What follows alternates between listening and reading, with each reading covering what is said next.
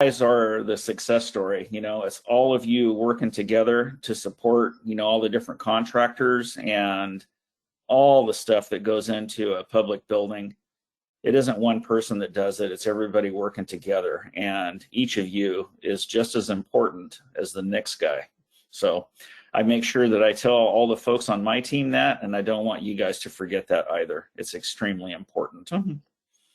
So we'll go ahead and get started. Thanks again for coming to the CSI IE chapter meeting. And let's see if I can get this thing to work.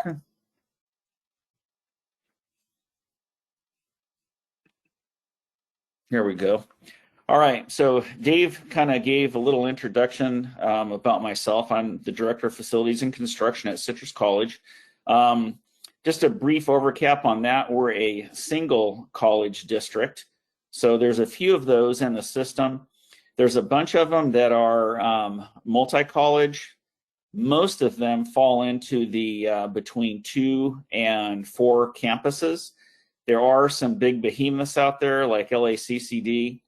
They have, I think they have 9 campuses. That's the biggest in the system. Next one down would probably be up in the Sacramento area, like Los Rios. Most of the ones that in the system fall into the small category or the medium sized. There's a bunch of districts that have multiple sites, but they may not have a large single campus. So for my campus in total, as far as some of us refer to it as ADA or FTES, that's the number of students that are actually counted. We actually fall into the medium size, even though it's on one single campus. So my campus has about 104 acres. We have over 750,000 square feet. We've added 250,000 square feet within the last 10 years. So that's a significant increase. And the student population has basically kind of remained the same. During the pandemic, system-wide, all of the colleges lost about 10% for whatever reason. Some of the students didn't like doing the online thing, and they migrated away from that. So there's a lot of effort, especially coming up in the next semester by all of the campuses in trying to recapture their student population back. All right, so for tonight, the topics for discussion are going to be the public works delivery, the bidding process, the award process, the construction process, closeout, certification. I'm going to give you some stories on some failure examples, and then we'll have a little bit of time to talk about some questions that you might have. All right, so for public contract code, and forgive me while I look at my side notes here because I can't see part of the right top of my screen. But all of the K-12s, all of the counties, cities, courts, they all have to comply with public contract code. It's a statute. It's for all public agencies to some extent. There are a number of other codes that apply as well for each respective institution, and I'm going to go over a few of those that we have to comply with. Some of them, bunch of acronyms you may not have heard before, but it can get extremely complicated, and if you don't comply with all of them, you end up in trouble, and that's one thing that we don't want to do. All right, so K-14, K-12s, and all the CCDs have to comply with government code. We comply with education code, and then there's a bunch of quasi-government agencies that some of you may know. In our area, it would be the South Coast Air Quality Management District. If you go into the north, it has a little bit different name, but it's all under the Air Quality Management District umbrella. We have to comply with CARB, that's California Air Resources Board. DTSC is the Department of Toxic Substance Control. CGS is the California Geological Survey.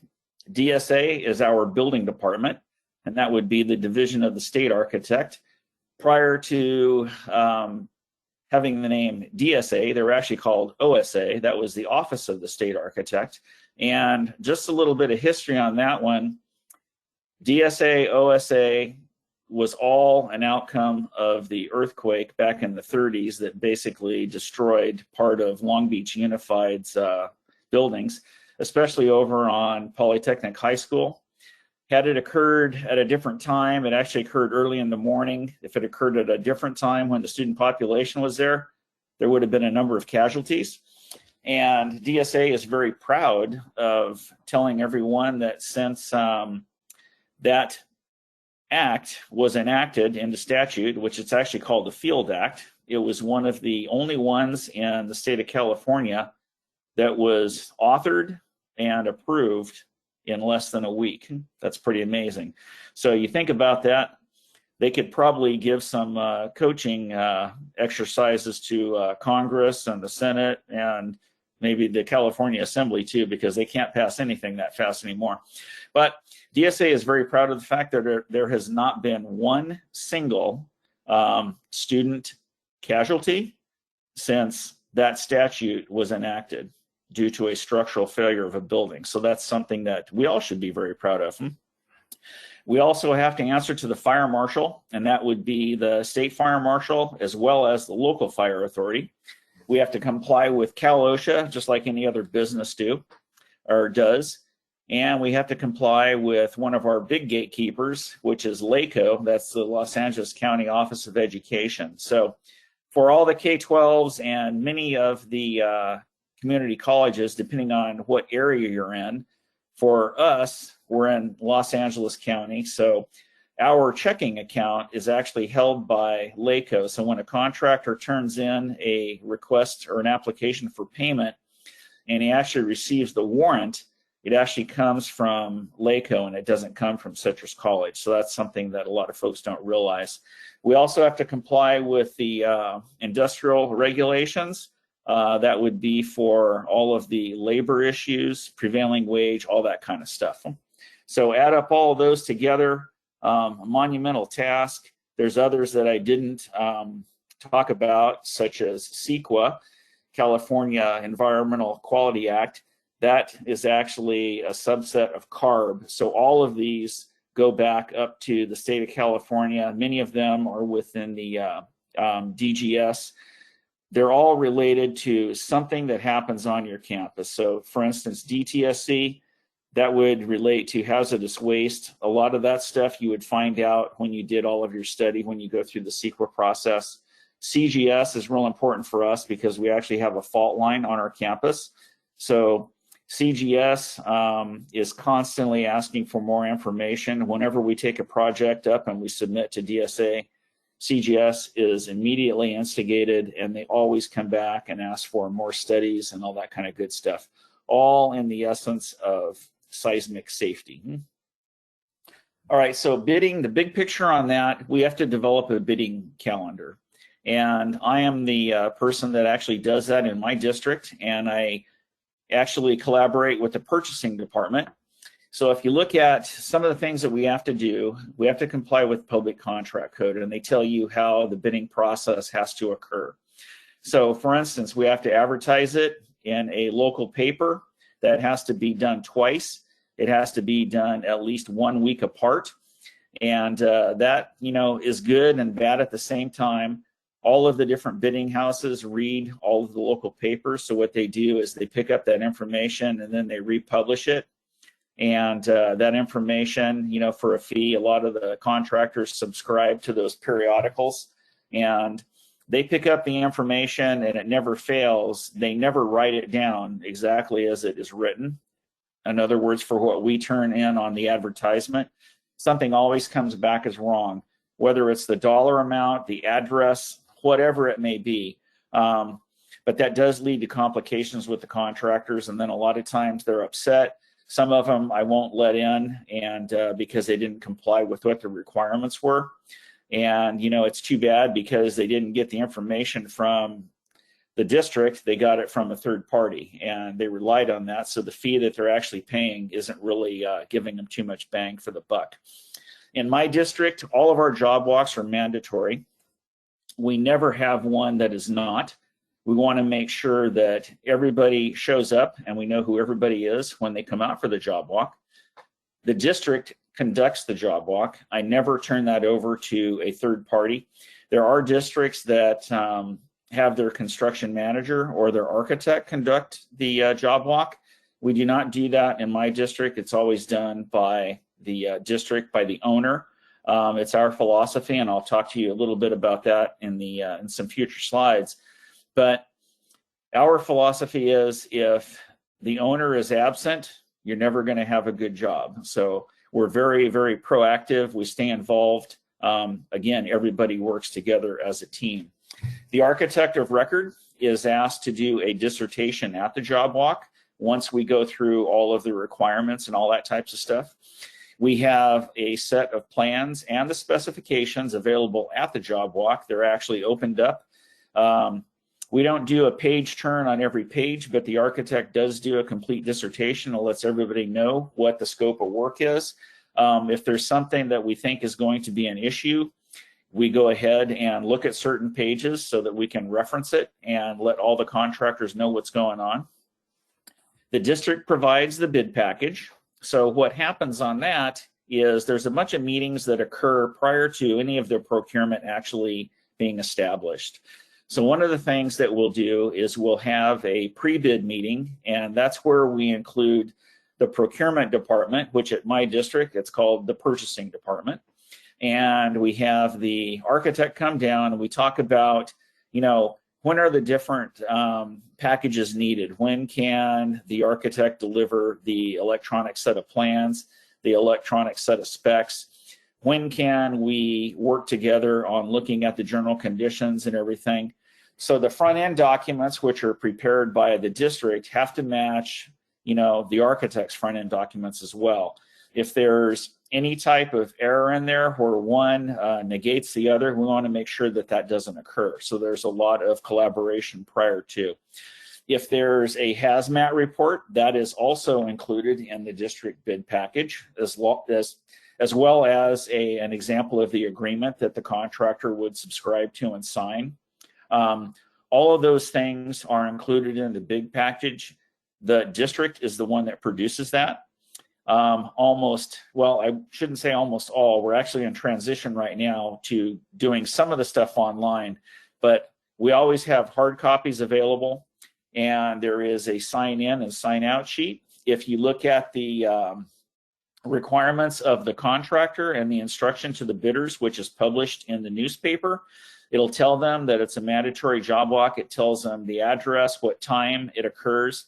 So if somebody shows up and they're late, they're not allowed to partake in the job walk. And we tell them that, sorry, you're too late. We cannot afford to have a bid protest just in case maybe they were the low bidder. The second guy is going to be pretty upset if they didn't comply with the rules. So sign-in sheet and sign out is absolutely mandatory. We go over that several times. We also go over the basis of award, which is basically covered on the bid form documents. In California, with public contract code, there are 4 ways to award a bid, and one of those has to be chosen. It is a requirement that's in statute. So we tell the contractor what the basis of award is. The most simple job that you can get is an award based upon the total dollar value on one bid item. So if it gets more complicated, as an example, the last job that we put out, there were 2 alternates. So we tell the contractors, what is the basis of award? Does it include the alternates or does it not? I always make it where there is one single base bid, and then alternates are either an additive amount or a deductive amount. And for us, the basis of award is always on that single base bid. The sealed bids are opened at a single time. That's also specified and published in the newspaper. It's in the requirements of the contractor. So what that means is that all the contractors put, all their paperwork, which the bid has a whole bunch of different things that actually go into it, but all that stuff goes into a sealed envelope. You bring it over at the respective time. They can actually deliver it early if they like to, but it has to be received by the time that's published. It actually gets clocked in on a time clock. All of those documents are held. Once everything is received and it comes to that time, the clock ticks. Then we actually sit down, open up all of the envelopes, and then we go through them one by one. We write down all of the different amounts from all the different contractors. We go through and make sure, yeah, did they turn in this requirement, that requirement, you know, all the different things that go into it. If everything is there, that's what's called part of being the responsive part. And they get sat down, all the bids get tabulated, and if people request the information, it's actually given to them on the spot. But what we do is we put a spreadsheet together, all the bids are on there, and it actually gets emailed out to all of the different bidders. All right, so some bidding specifics, and this is covered in Public Contract Code, section 20112 and others. So I already kind of talked about the general circulation. That is the public notice item that goes into the paper. What we actually do, we receive notice from the paper. So in our area, that would be the San Gabriel Valley Tribune. They'll send us an electronic confirmation that it's being published. But then what we also do, and this was really important in the old days, is to actually pick up the paper. That section of the advertisement was actually clipped out, and it's actually documented and saved in our archives. So if you went back on a job that occurred 20 years ago, and you knew what the bid number was, you'd look it up in your archives, you'd go to that specific section, and you'd be able to find that advertisement that was published in the paper. So we tell them what the description of the work is. We tell them that it is a mandatory job walk. We tell them the time and the place of the opening. We also tell them if there's any alternates. We tell them the required licensure. So for, you know, a building project, obviously it's probably going to be a B license. If there's anything in there that is really specific, then we would add in sub licenses. So for instance, if there was, you know, a huge, maybe there was also attached to it like a main switchgear for your loop that goes around your high voltage on your campus. Maybe we would add some specific high voltage requirements on the C10. We tell them what their DIR registration has to be done. We tell them the requirements for that, even though they probably already know what it is. We tell them the specifics about the bid bond. So on any of our jobs, there's a bid bond that is always required. That has to be turned in when they turn in their sealed bid. There is a provision for not turning in a bid bond, but most contractors don't want to do that. In my career, I've only had, I think it was 2 times where the alternate method was actually done, and that would be a cashier's check from their bank in the amount that's required. For the large jobs, obviously, most of the contractors don't want to do that. Sometimes if a bid bond, maybe a contractor didn't have enough time to go get it, you know, they were behind the 8 ball or whatever, they still have the opportunity to include the cashier's check, and that would suffice for the requirement for being responsive. All right, so the district must retain the publication. That's the actual advertisement in the paper. The electronic one now does suffice for that, but as I said before, in the old days, we'd actually pick up the paper and cut it out, and that would be retained in the archives. So some of the intricacies that are extremely important, a lot of it you'll be familiar with. Substitutions is a big one. If you look up Public Contract Code section 3400 under item B, you'll find that PCC says that contractor can actually do a substitution 35 days post-award.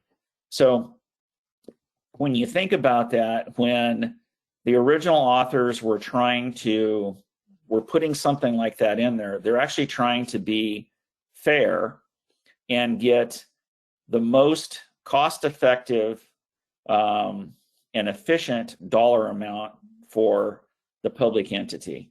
But when you think about it, in reality, okay, substitutions after award, that would mean that the contractor already has the job, and then he can start substituting items for up to 35 days afterwards.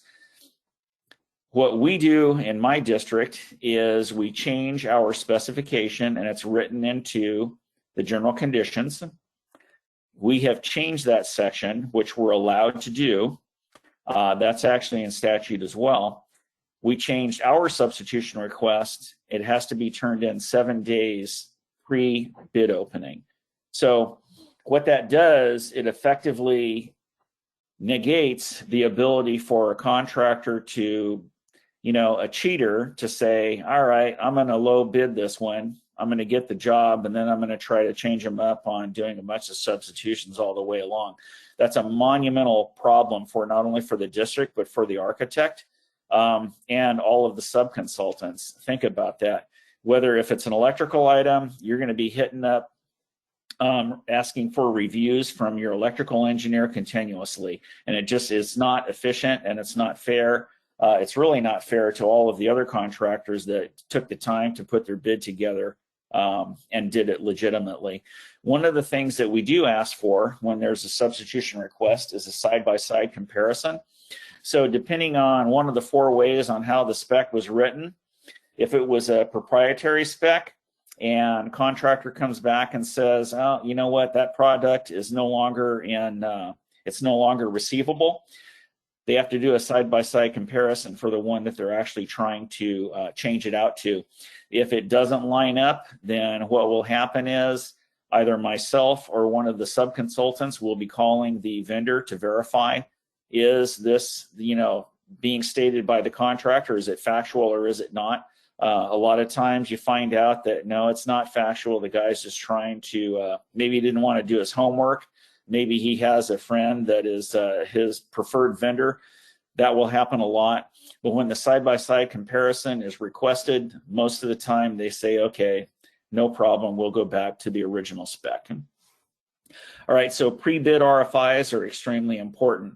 If you don't see any pre-bid RFIs coming in, then either your design team did an absolutely phenomenal job on all of their drawings and specs, or nobody's reading anything and they're not doing their homework. So if you get a lot of pre-bid RFIs, especially when they're technical in nature, then that's really a good sign, because it means that the contractors are going through the documents and trying to do a good job. We have, the addenda can be a real issue.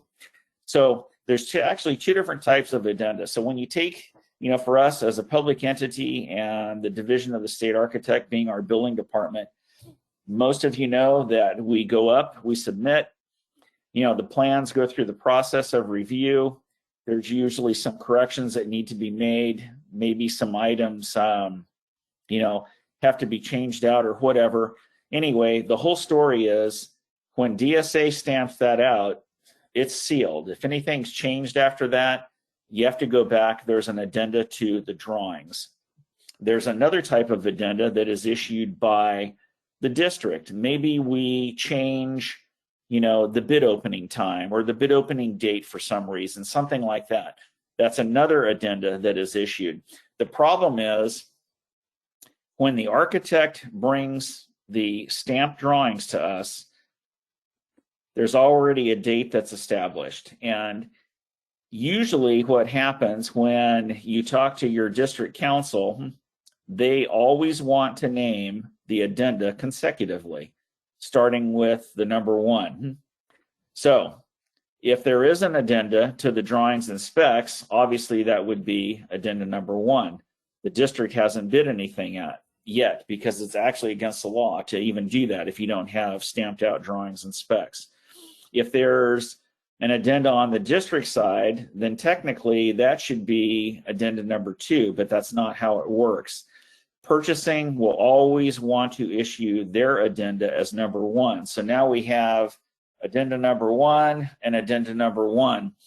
If there's a communication that's issued to all the contractors and you tell them it's addenda number 1, then they're not going to know which addenda is it. Is it from the architect or is it from the district? So there's some nomenclature things that have to really be maintained, and the district has to be very diligent on that side. One of the things that we can do, and it's not liked by our district council, and that's using a alphabet numerics. So if you start out with DSA as an addenda on the numbering side and ours start out on the lettering side, they're obviously different. District council does not like to call an addenda A or B or C because sometimes that can be misconstrued in sentencing or something like that. So it's just something that we all need to be aware of.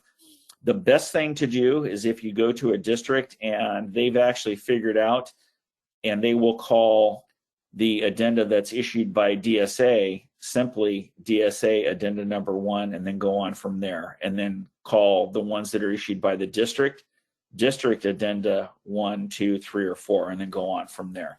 And it is possible that you could have a DSA addenda that's actually included in a district addenda as well. That's not uncommon. Fred, I have a question. When they do that on the paperwork, do you refer to it as DSA addendum, district addendum, or how do you refer to it? You know, there's the problem, Connie, is that there's too many people that are involved. So when you have on the design side, you know, if your CA guy is really, really, really good, then he's checking all of his paperwork. That's not uncommon. On the procurement side, and I hope there's no procurement people on here, but most of the time there's, you know, they have a lot to do. So what I'm trying to say is oftentimes there's not a lot of due diligence that goes into the checks and balances, and therein lies the problem. So what we have done in our district is we simply add DSA in front of any of the addenda that's issued by the division of the state architect. So for instance, on this last project, we had a couple changes that occurred after everything was stamped out, simply due to the fact that there were some design changes that were needed by the campus program that was going to go into that building. So there were some changes on the drawings. Our district also issues, if any of the pre-bid RFIs come in, rather than answering each one, you know, separately, one massive one. Yeah, what they'll do is they'll package, you know, they don't hold them for a long time because we want to make sure that we get the information out to the contractors. Right. But what they'll do is they'll hold like 3 or 4, maybe for a couple days, and then they'll issue those responses as an addenda. So, for instance, on the one that we have right now, going back in memory, the first addenda actually had a district addenda, which had some RFI responses, and it also had DSA addenda number 1 in it. So my advice would be, if you're having trouble with your council and not wanting to use the ABCDEFG method, go ahead and keep it on the numerical side, but simply add DSA in front of any of the addenda that was issued as a result of a change to the documents that were stamped out by DSA. As well as on the title block itself too, huh? Yeah. Okay, thanks. All right, so on the bid pre-award processing, you know, everybody shows up, or whoever's going to be submitting a bid, they show up at the bid opening, turn in their packet, it gets stamped in, everything gets opened. So in that, you heard me use the term responsive.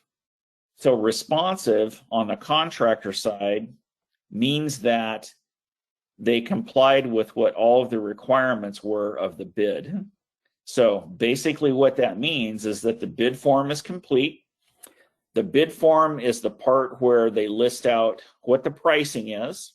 On our bid forms, there's a numerical value and a written value.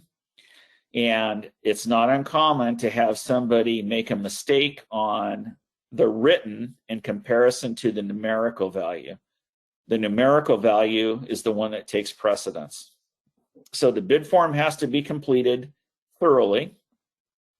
All the affidavits have to be included. So some of the affidavits, as an example, there's a non-collusion affidavit. They have to sign off on that one. There's another one for Iran-Contra, and there could be a couple more.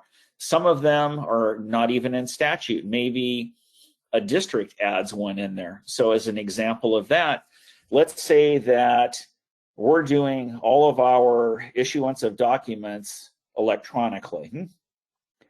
So, if you get a big job, it's not uncommon to have a couple hundred sheets on the drawing set. Not uncommon to have a spec book that is, 3 inches thick. There could be 1,500 pages in there. So make a long story short, in my past district, they started issuing things electronically, or actually they were putting them on a CD. So what I did is I had a document created and it listed all of the pages. So in other words, it listed the A section, the mechanical section, plumbing, go down, the technology demo, all of that. It listed structural, the whole thing. Basically, it covered all of the drawings that were included in that set, and then it included all of the spec sections that were in the spec book.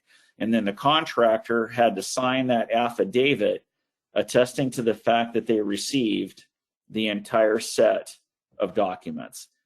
If you're issuing stuff electronically and there isn't a check and balance on that, you do run the risk of having somebody say, what are you talking about? I didn't get the control section on the electrical drawings. I didn't see anything in there. That wasn't included in my bid. So that's a good example of where if you're going to be doing something like that, it's important to have that affidavit because that's your protection. All right, so one of the big things is the bid bond that's included in the packet. Is it legal? This one, believe it or not, can be a real problem. There's the nice little printers out there right now. Getting a bid bond, they do have to pay for it. It's expensive. So some people do cheat. There was a school district down in Riverside County. I won't tell you which one it is, but it was on the way to San Diego. It wasn't San Diego, but they had a job that was let, and then, there were problems with the contractor, and lo and behold, come to find out when they called the bond, and not only was it the bid bond, but it was the payment and performance bond as well. It was actually issued by an offshore company, so it wasn't even legal in the state of California. So signatures, are all the signatures on there? Is it notarized? Those are other things that are part of the contractor being responsive, the items that have to be included in the bid package when he turns it in. All right. On the responsible side, when purchasing opens up the bids, they check to see if the contractor is responsive. All that gets checked out. Everything's there. The next step is checking to see if they're responsible. And that simply means, are all their references, did they all check out? Did they actually do this job that they say they did? All that kind of good stuff. And then are there any supplemental conditions? If there are all of those met? If they are, then good for the contractor, he's deemed responsible.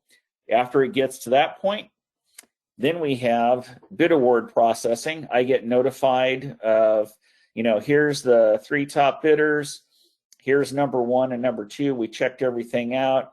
They're responsive and responsible.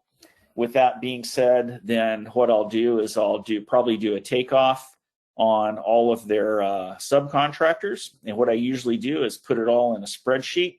I look at all the different trades, look at the different dollar values. Basically what that does, it shows me where there might be any holes. And I'll tell you a little story about that one later. If all that stuff checks out, then I'm going to tell purchasing, all right, go ahead, do the notice of intent to award. And what will happen is a letter is created, and that gets sent to, obviously, the number 1 bidder. It also gets distributed to all the other bidders. And then what that does, it establishes a calendar date, and that opens up the opportunity for a bid protest or any type of challenge, any other requests. And it's not uncommon to have bidder number 2. He's probably going to do the exact same thing I did. He's going to go back and check and see where are the holes at. Are all the sub-trades listed? Is there anything that might be over 1/2 or 1% of work that the contractor didn't list?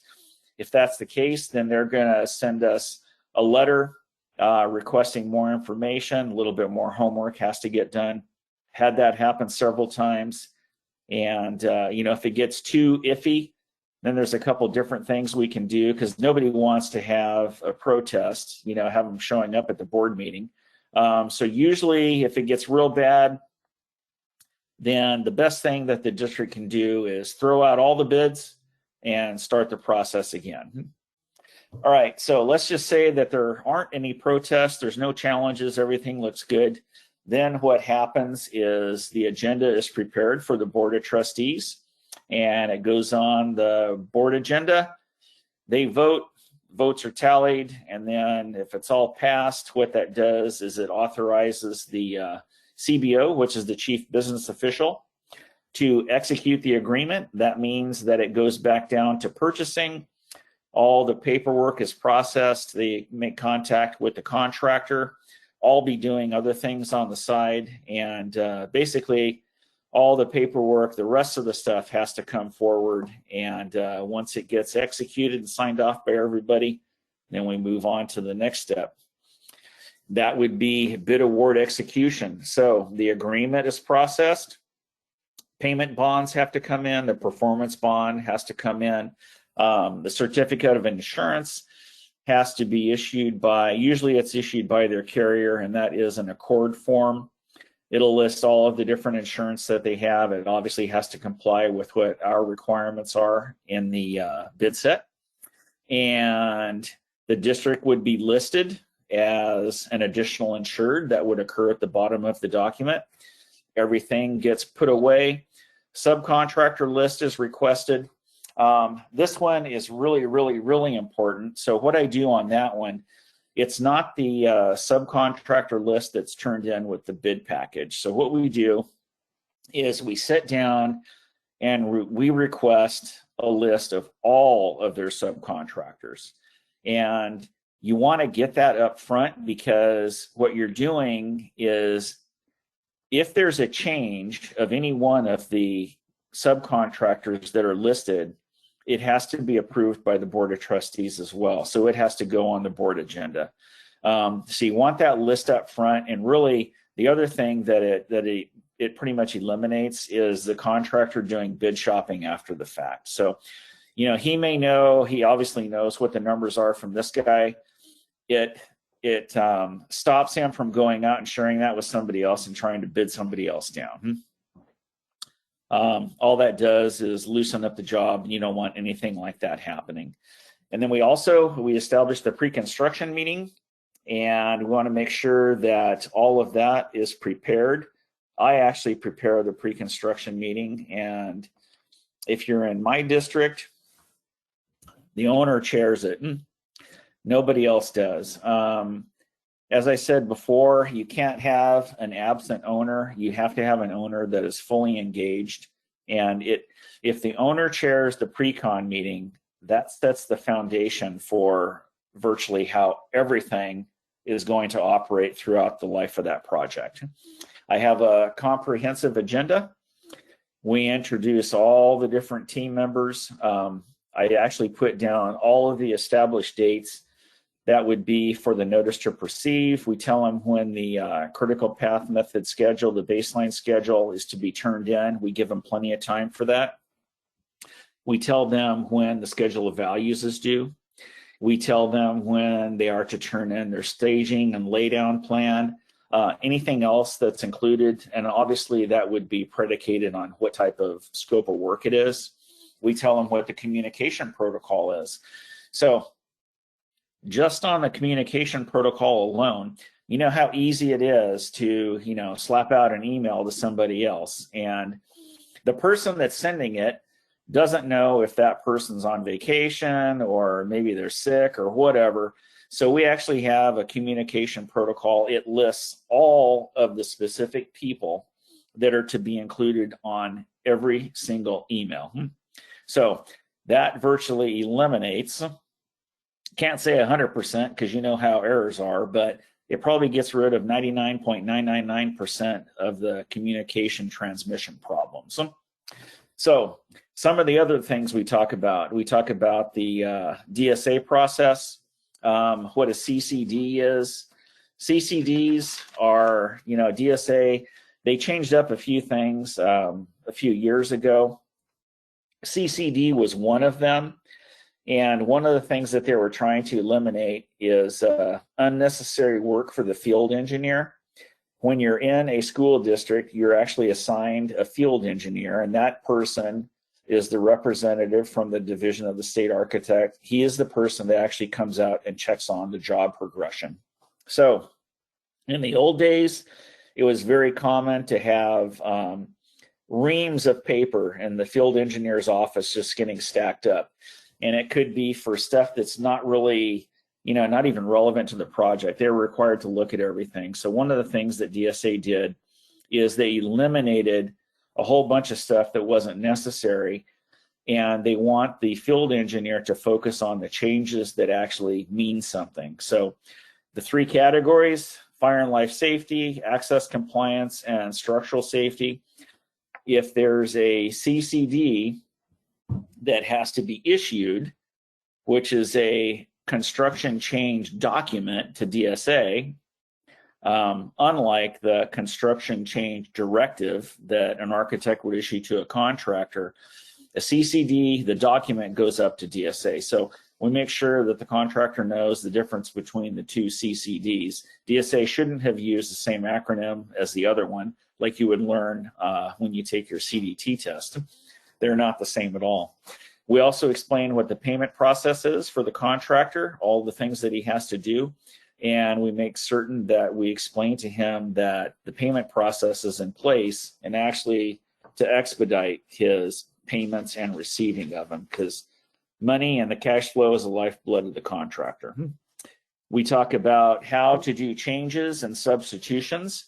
We talk about the construction process, how it's going to work on the actual job site, how to deal with certain problems that you may have out on the field. It could be students walking through the construction yard or faculty trying to change the scope of work. It could be anything. But we, excuse me, we tell them how to deal with all of those issues and what to do if they occur. We talk about the closeout process. And, that's extremely important, because the closeout process doesn't start at the end. It actually starts at the beginning. So the pre-con strategy and the psychology behind it is really setting up the team, establishing it, and it's really all about success for everybody. And the efficiency, having open communication and accountability and responsibility. If you let everybody know what their duties are, most folks don't realize that it's actually listed in California Administrative Code. That will tell you what the duties of the architect are, what the duties of the contractor are, the inspector, the district, the CM. Most folks have not ever even read that. They're not even aware that it's there. So we provide that for them free of charge, let them know what all of their responsibilities are. And you know what? Ultimately, it supports the tripartite relationship. It takes a lot of pressure off of the architect, because he really doesn't have that much control over the contractor. He doesn't have a contract with him. So it supports the design team, it actually supports the contractor as well, and makes his job easier. Everybody knowing what their responsibility is extremely important. And really, it supports the problem-solving process for the team. We had a big issue on a job currently, and because all of these, gates and processes are in place, it just makes things ultimately more efficient, and it saves everybody time and money. All right, so on the construction process side, you've got mobilization. We require a fully delineated critical path method, fully delineated schedule of values. We tell them about the inspection and testing protocol. We tell them how to handle their RFIs, the process, the forms they're supposed to use. We tell them how to handle their submittals, how to handle other things like utility interruption, what the safety requirements are, site security requirements, how to handle the hazmat and stormwater. All of those things are included in the pre-con meeting. My actual pre-con meeting, the agenda that I have a template that I created a long time ago, and it's like a living document. It changes from job to job. It's all single spaced. Right now it's about 8 pages long. To do a typical pre-con meeting for us takes about 2 hours to do. And I have to tell you that on our side, we try to, put a bunch of jokes in there every now and then, get everybody laughing. It gets everybody off of the edge and gets them collaborating with one another. So site access on the construction side, a big question is who owns the site? The answer is the contractor does. That's even though it's our property, he has site access. It's actually his. It's under his insurance umbrella. So that's really, really important to know. I talked about utility interruption. That one is really important, especially when you have, a typical job on my site. If it's quick, it's a large building, it's going to be at least a year. Under the current circumstances with the, supply chain shortages and interruptions and stuff like that, you're looking at, for a typical mod on a 35,000 square foot building, you're probably looking at 24 months. So utility interruption, we have a living campus. All the other buildings have to be supplied. We're changing out the switch gear in the building. Campus has to be shut down in order to do that. So there's a plan that's in place on how to handle that. Progress payments. I talked about LACO. We tell the contractor what their requirements are so that, they know everything up front, get it all taken care of. And usually there's a bunch of errors on the first application for payment, but once they get that one dialed in, after that, it's usually pretty easy. It's all about coaching. We tell them how to handle their DIR submission. So that actually, their prevailing wage has to be turned in online. But what we do is we request a hard copy as well. That protects us later. If somebody files a complaint with DIR and now all of a sudden there's a request for information, we have it and we can turn it over. We require a lien release. We tell them about that. We tell them about their retention. All of the as-built and all of the postings that are associated with it, whether it's the posting of the RFIs, keeping the as-built up to date, all of that stuff has to be done on a monthly basis. It's all explained up front. Otherwise, the application for payment will not be processed. Each one of our large jobs has to comply with the AIA forms. We use those as a standard template. That would be G702 and G703. You all know what they are. It shows the values on there. It has all the different signature blocks, all of the scheduled values. All the values have to be fully delineated. One of the things, if you get, a lazy contractor, well, I put a number in here and now he wants to be paid for something. Well, if it's not fully delineated, you don't know if he's front loading it a little bit or not. That becomes extremely important if you have a problem with the contractor. There's a story about that coming up later. Essentially, the application for payment has to coincide with whatever work is in place. All right, we talk about coordination pre-installation meetings. Those are extremely important, especially if you have specialized equipment. If we start having a problem with one of the trades, go back to the spec book, general conditions, you tell them here's the requirement for pre-installation meeting. You guys didn't have that, get him over here at our meeting. And once you do that, it's amazing how fast things get resolved. And we talk about the commissioning process as well, which for those of you that are up to speed on the current code, January of 2022, DSA will have a new requirement for commissioning. There's actually a certification process that they have for that. I was talking to the state architect no more than a month ago, and I was asking her a few questions on the commissioning process, and they've been working on it for a while. All of the districts will have to hire one of the people that has the certification that has gone through the DSA process on that. We will all have to do that. A lot of that, you would think that would have already been done if everybody's doing their job, but it's one of those things where things fall through the cracks, and that leads to another block that you have to climb over in the bureaucratic process, and that's the latest one. All right, so when does closeout begin? Well, it begins in the very beginning.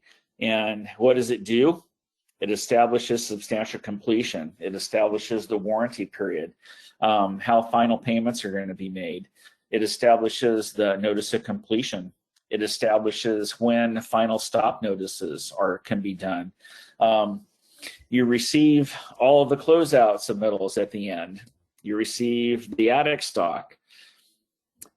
Really, what it is eventually leading up to is submission of the final DSA affidavits. These are the Form 6s that are actually turned in and signed off by the contractor, the architect, the inspector, and then the relative engineering disciplines, whether it be the mechanical, the electrical, or the structural guy. And then eventually what we're really getting to is recording of the notice of completion with the county recorder. Once everything is signed off, it's all said and done, we take that down to the county office. They stamp it, gets signed, we retain a copy, and that's what stops the stop notice period.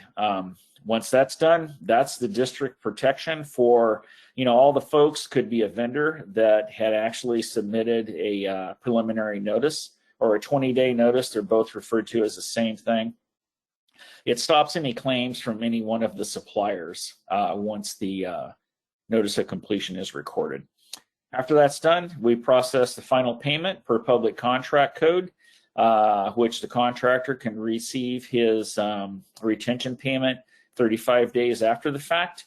They're all looking for that because if you think about it, retention payment, 5%, it actually used to be 10% years ago, but on a multi-million-dollar project, that's a lot of cash that's tied up doing nothing for them. And then what we're really after on the school district side is obtaining certification. In this case, it's actually called a certificate of compliance that we get from the Division of the State Architect. Everything's turned in, we receive that, and then as I talked about in the very beginning, that's the actual document that transfers the responsibility from the Board of Trustees over to the state of California. So everybody asks, the certification process, that must be really easy. Well, no. What you do is you wait, and then you wait some more. It does take some time, and some of those things occur with DSA. Usually they'll have some questions. Everything is done online. It's done in a process that they actually call the box. So when you hear someone refer to the DSA box, that's where all those documents are held. So when you start the project in the very beginning, the district will get a notification via email from one of the good folks at the DSA office. In my case, it's the Los Angeles office. And Minerva will send me an email and tell me that I've been invited to join the box. And that's for that respective process. The architect has access to it. The inspector does. Contractor does. Not everybody can get in and look at the same thing. It's usually relegated to your respective responsibility center. So I won't read that extra stuff for you down at the bottom. You all will have a copy of the slides and you can read it, but it just kind of explains what the certification process is and what it does with the Division of the State Architect.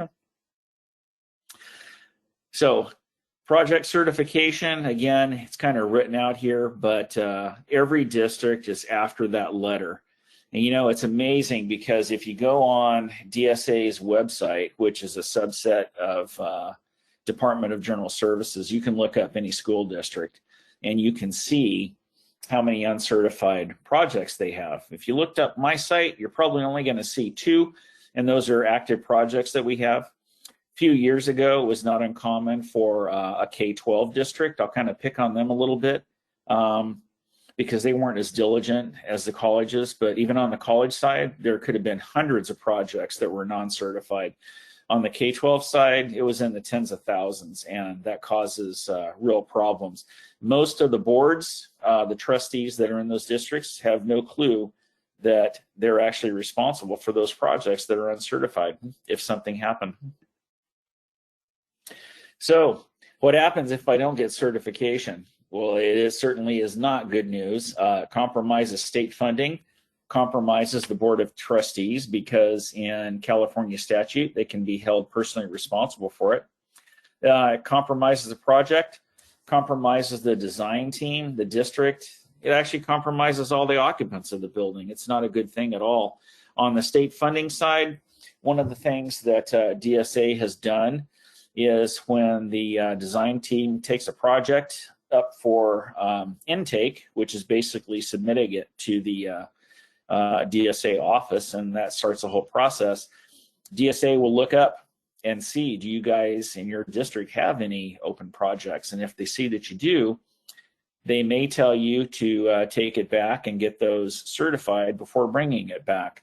So think about this. If I'm in a district and I have a general obligation bond and I'm using that bond to leverage state funding, in other words, for matching funds, and DSA tells me that they're not going to take my project in, that means that I'm no longer in line and I'm not going to get the state funding on that project. So we all know there's X amount of dollars to go around at the state level on the bond side, and somebody else is going to be standing up and they're going to be taking your money before you get it. So it's not good, especially if you don't have enough money to do a lot of projects in your district. I wouldn't want to be the CBO that has to go back and report to the Board of Trustees that we lost out on a few $1,000,000. So that's probably not a good idea.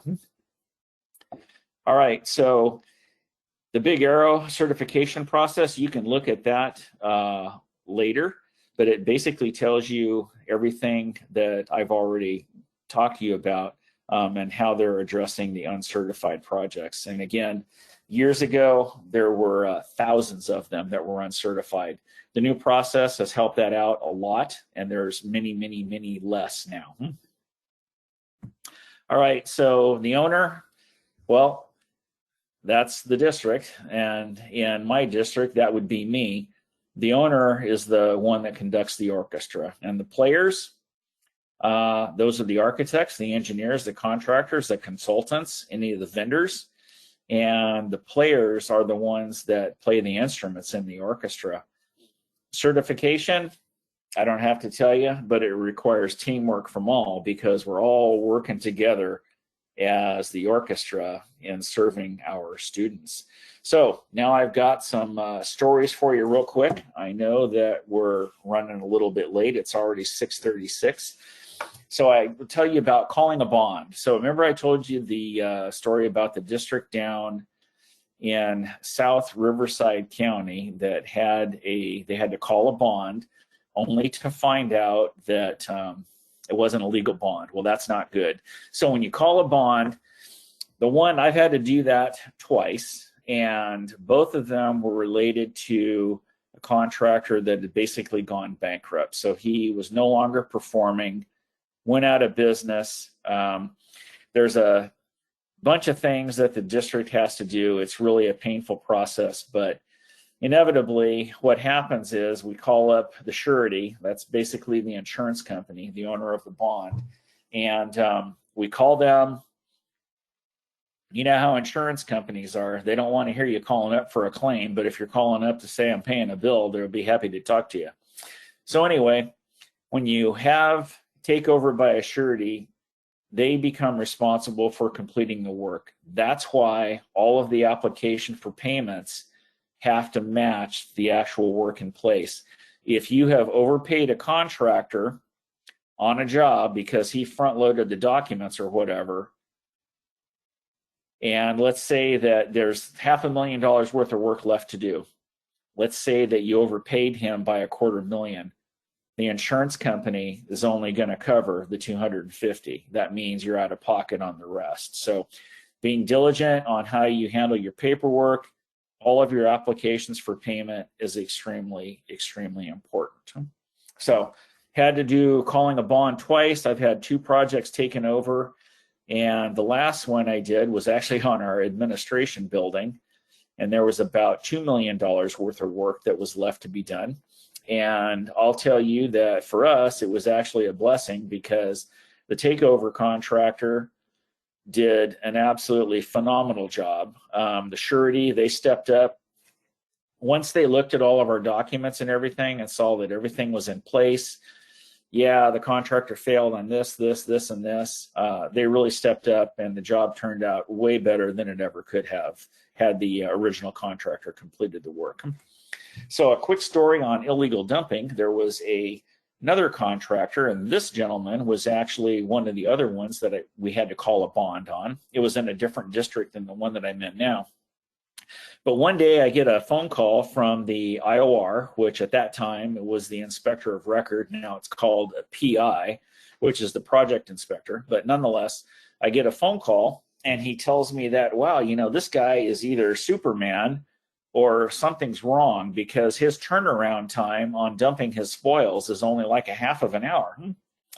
So I said, okay, so let's, you know what, next time he has the 10-wheeler come over there and they're loading him up, why don't you go follow him?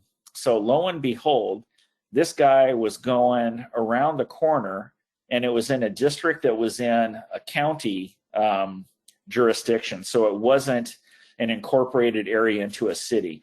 That being said, there was a lot of open space.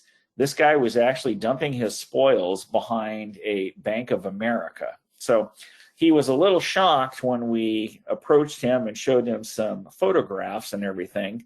He had to go pick up everything, so it cost him a whole lot more money. That guy eventually went bankrupt also. That one, again, was called on the bond side and taken over by another contractor.